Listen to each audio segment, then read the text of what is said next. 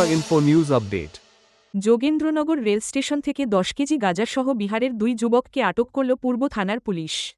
সংবাদ মাধ্যমের মুখোমুখি হয়ে ঘটনার বিস্তারিত তথ্য তুলে ধরেন পূর্ব থানার ওসি সুব্রত দেবনাথ। নর্মালি যখন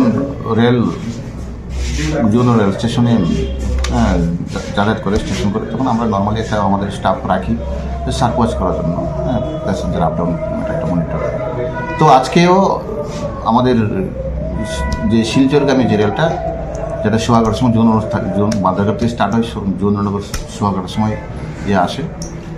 তো সেই সময় আমাদের রেল স্টেশনের বাইরের দিকে আমাদের স্টাফ অফিসার ছিল, তো আমাদের পুলিশ অফিসার ছিল ওসি কলেজটা ছিল শ্যামল দেবনাথ এবং আমার থানা তিন ইন্সপেক্টর বিকাশ দেববর্মা।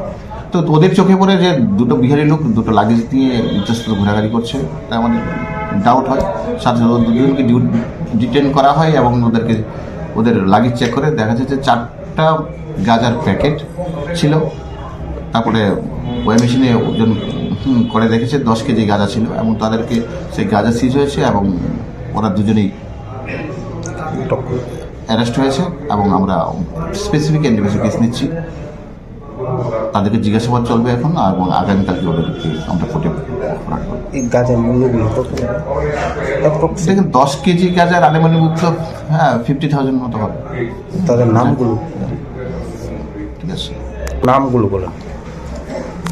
তারা দুজন বিহারি, একজন হলো আমির সিং, আরেকজন হলো বিভীষণ কুমার। তারা পাটনার উদ্দেশ্যে যাচ্ছিল, একজন বলো কাটিয়া জেলা, একজন বলো বেগুসরাই বলছে। Subscribe to Tripura Info and press the bell icon so that you never miss any latest updates and news on Tripura.